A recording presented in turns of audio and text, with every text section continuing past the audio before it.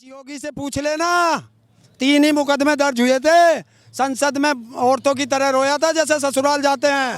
और जो वहाँ हाईवे खुदवाए गए वो किसके बाप की संपत्ति थी? वो पाकिस्तान की संपत्ति थी। खट्टर। और अगर मुझे मौका मिल गया तो मैं भी लाठी मारूंगा, चाहे मुझे कत्ल हो जाए। सुन लीजिए, मैं के सभी दर्शकों को मेरी ओर से प्यार भरी मीठी मीठी गुड़ की चावर की राम राम। राम राम जी, कहाँ से आए हैं भाई? कहाँ से आए आप? बढ़िया जी, कहाँ से आए आप? अरे यही उत्तर प्रदेश के ही हैं भाई। क्या नाम है जी आपका? हरेंद्र विकलांग नाम है। क्या काम करते हो आप? मैं एक इतनी सी तो ज़मीन है, उसमें खेती भी हो जाए और वैसे समाज सेवी हूँ। आपके बारे में एक बात चल रही है कि आप जेल में भी जाके आए हैं, उसके बारे में थोड़ा बताइए। ऐसा है, देखिए, किसान आंदोलन हुए हैं शुरू से। तो पहले किसान आंदोलन हुआ था 1987 में बाबा महेंद्र सिंह टिकैत के नेतृत्व में। वो मेरठ में चला था 27 दिन। उसमें मैं एक छोटा सा सिपाही हूँ और बार बार जेल भरो आंदोलन गए हैं, बाबा जी ने किए हैं। जब उनका आदेश आ जाता था जेल भरो तो शरीर में थोड़ा सी गर्माहट सी आ जाती थी, चल देते थे भाई, चलो बाबा का आदेश आ गया। तो 17 बार जेल गए हैं। उसके बाद 1988 में बोट क्लब पे आंदोलन हुआ 7 दिन। 6ठे दिन लाठियाँ बरसी रात में, और इतना सायरन था जैसे हम और आप कितने भी ज़ोर से बात कर लें आवाज़ नहीं आती थी। तो उसमें भी लाठियाँ लगी, एक दो ही लगने दी, बाकी नहीं लगने दी और लोगों ने, उनका धन्यवाद। और फिर निर्भया कांड में भी लाठियाँ लगी इसी बोट क्लब पे।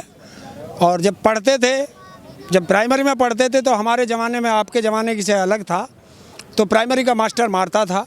और घर वाले जब स्कूल छोड़ के आते थे तो वो कहते थे कि हड्डी हमारी खाल तुम्हारी मास्टर जी। तो घर भी शिकायत नहीं करते थे, क्योंकि घर शिकायत आके करते थे तो फिर घर वाले मारते थे। तो ये पिटाई का दौर भी चलता था। 17 बार जेल गए, लखीमपुर खीरी, एटा, मैनपुरी, नैनी, सब मेरठ की जेल थी। ये सब जेलें देखी हुई हैं। अब तो जेल घर जैसा लगता है।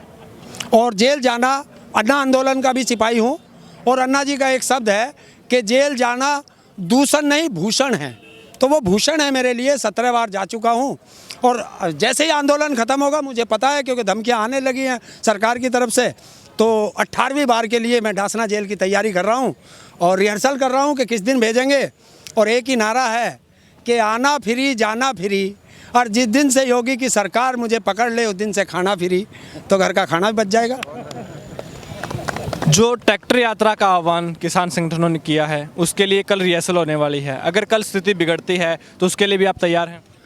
अरे यार, अब तो सरफरोशी की तमन्ना अब हमारे दिल में है। देखना है रंगा बिल्ला जोर कितना बाजवे का तिल में है। कितने दिनों से आप यहाँ पर टिके हुए हैं? कितने दिन हो गए आपको यहाँ पर आते हुए? और आगे की जो रणनीति है, क्योंकि सरकार से बार बार वार्ता होती है लेकिन वो सफल नहीं हो पाती है, कोई नतीजे पे नहीं पहुँच पा रहे हैं, इसके बारे में क्या कहना है? देखिए, सबसे पहले दिन जिस दिन आह्वान किया था उस दिन मैं सीधा बुराड़ी के मैदान में था, और मैंने वहाँ बुराड़ी के मैदान का जायज़ा लिया, क्योंकि मैं आंदोलनों का सिपाही रहा हूँ। मुझे पता है कि हमारे कुछ बच्चे हैं, जो ये नौजवान हैं, इन्होंने नहीं देखे अभी तक आंदोलन, ये पहली बार आए हैं, कहीं गलती ना कर दे। तो मैंने वहाँ देखा था कि ये तो हमें एक ओपन जेल में बंद करना चाहते हैं। मैंने फेसबुक पे लाइव आके लोगों को बताया यहाँ मत आना। और मैं रात को वहाँ रुका और सुबह उठ के मैं जो सिंधु बॉर्डर चला गया। सिंधु बॉर्डर पे मैं देखा कि इनको खालिस्तानी, पाकिस्तानी क्या क्या बताया जा रहा था। मैं भी देखने गया था कि खालिस्तानी कौन होते हैं, कि क्या उनके सींग होते हैं। मैं भी देखने गया था। तो 6 दिन और 6 रात में वहाँ रहा। फिर मैंने उनसे पूछा कि आप खुश हो? बोले हाँ, आप खुश हैं। तो मेरे से बोले कि आप फिर दूसरे बॉर्डर की तरफ देख ले। तो मुझे पता चला हमारा यूपी बॉर्डर पे कुछ कम लोग आए हैं सबसे शुरू में। तो मैं भागा यहाँ अपनी टीम के साथ, जो 10-20 लोग थे, हम यहाँ आए और यहाँ के आह्वान किया। और आप जैसों का साथ मिला, क्योंकि गोदी मीडिया तो दिखाता नहीं है। आप जैसों का साथ मिला, लोगों तक हम लोगों की आवाज़ गई और उनको जुनून आया कि अगर दिल्ली नहीं गए तो देश माफ़ नहीं करेगा। इतने आंदोलन आपने देखे हैं, ये आंदोलन भी हम देख रहे हैं, बिल्कुल शांतिपूर्वक आंदोलन चल रहा है। किसी भी बॉर्डर की अगर मैं बात करूं, टिकरी बॉर्डर की, सिंघू बॉर्डर की, गाजीपुर बॉर्डर की, क्या आपको समानताएं लगी इन सभी आंदोलनों में? और क्या आपको अच्छी चीज़ क्या लगी इस आंदोलन? सबसे बेस्ट चीज़ है कि ये बिल्कुल अहिंसात्मक चल रहा है। सबसे बेस्ट है, क्योंकि सबसे ज़्यादा युवा है इसके अंदर, और इन युवाओं में कितना जोश है। मैं देख रहा हूँ ये अपने जोश को कैसे कंट्रोल कर पा रहे हैं, क्योंकि जब मैं युवा था तो मैं डरता नहीं था, और मैं जो हूँ उनको जो भी बैरियर होता था उसको तोड़ने की हर टाइम कोशिश करता था। मैं हैंडीकैप भी हूँ, पर मैं हैंडीकैप अपने आप को मानता नहीं हूँ। जब जुनून भरता है ना तो बैरियर तो छोड़िए, अगर तोप का गोला भी हो तो उसे भी पकड़ के दूसरी तरफ मोड़ देते हैं, ये वो जुनून है। लेकिन इन्होंने इतनी शांति बनाई। मैं अपने पूरे देश के युवाओं को जो आंदोलन में हैं और जो घरों पे हैं, मैं सबका धन्यवाद करता हूं और उनसे कहता हूं कि बेटे ऐसे ही शांति प्रिय रखिए और बड़ों का आदेश मानते रहिए, और जिस दिन बड़े आदेश कर देंगे उस दिन सरकार रहेगी या हम रहेंगे। हरियाणा पंजाब भाईचारे के बारे में आप कुछ कहना चाहोगे? जो पहले हरियाणा और पंजाब के बारे में भ्रांतियां चल रही थी कि जो एसवाईएल के मुद्दे पे सरकारें लड़ाती थी, अब दोनों एक हो गए हैं, उसके बारे में कुछ कहना चाहोगे? देख भाई, लिखड़े तो हम भी वहीं से हैं, अरे हमारा तो बसेरा वहीं है, तो हम भी तो हरियाणा पंजाब ही हैं। और क्या हरियाणा और क्या पंजाब हैं, क्या यूपी, क्या राजस्थान, क्या मध्य प्रदेश, क्या महाराष्ट्र, सारा एक है। लेकिन इन राजनेताओं को बताना चाहता हूँ कि ये राजनीतिक रोटियां सेकने के लिए कभी हमें पंजाब का बताएंगे, हरियाणा का बताएंगे, उत्तर प्रदेश का बताएंगे, मध्य प्रदेश का। पहले प्रदेशों में बांट के करेंगे, जब वहाँ काम नहीं चलेगा तो धर्म में बांट के चलेंगे। ये सिख है, ये मुस्लिम है, ये हिंदू है, ये पारसी है, इसमें बांटेंगे। जब वहाँ भी नहीं चलेगा फिर जातियों में बांटेंगे। तो ये इनका काम है। मैं सभी को एक संदेश देता हूँ, सिर्फ एक मान लीजिए, एक कि आप हिंदुस्तानी हैं और तिरंगा मेरा है। अगर हर व्यक्ति ये मान ले तिरंगा मेरा है। और इन आपको आज एक राज की बात बताता हूँ। देश के अंदर कितने दंगे हुए, हर बार ये जब भी राजनेता दंगे कराते हैं, आज तक कोई राजनेता दंगे में क्यों नहीं मरा? राजनेता का बेटा दंगे में क्यों नहीं मरा? क्यों नहीं मरता? क्योंकि ये घर बैठ के रोटियां सेकते हैं और हम जैसों को लड़ा के मरवा देते हैं। इनका काम होता है, क्योंकि मैं राजनेताओं को बहुत बारीकी से जानता हूं, मैं रहा हूं इनके बीच में। ये क्या करते हैं कि मुस्लिम को लड़ाने के लिए, हिंदू से लड़ाने के लिए उसकी मस्जिद में कोई मीट फिकवा देंगे और उधर गाय कटवा देंगे और बस एकदम भड़का देंगे और जुनून आ जाता है, एक दूसरे को मार देते हैं। ये है इन राजनेताओं का काम। तो इससे कुछ फ़र्क नहीं पड़ता। पंजाब मेरा भाई, हरियाणा मेरा भाई, राजस्थान मेरा भाई, उत्तर प्रदेश हमारा भाई, सारा एक है, हिंदुस्तान सब एक है। और सबसे अच्छी बात देखिए, सबसे बड़ी बात इस आंदोलन की, अगर सबसे खासियत बात है, 1906 के बाद जब अंग्रेज़ों से लड़े थे 1906 में, आंदोलन किया था 9 महीने का, पहला आंदोलन है जिसमें पंजाब खड़ा हुआ है और अगुवाई कर रहा है। मैं उसके लिए सल्यूट करता हूँ।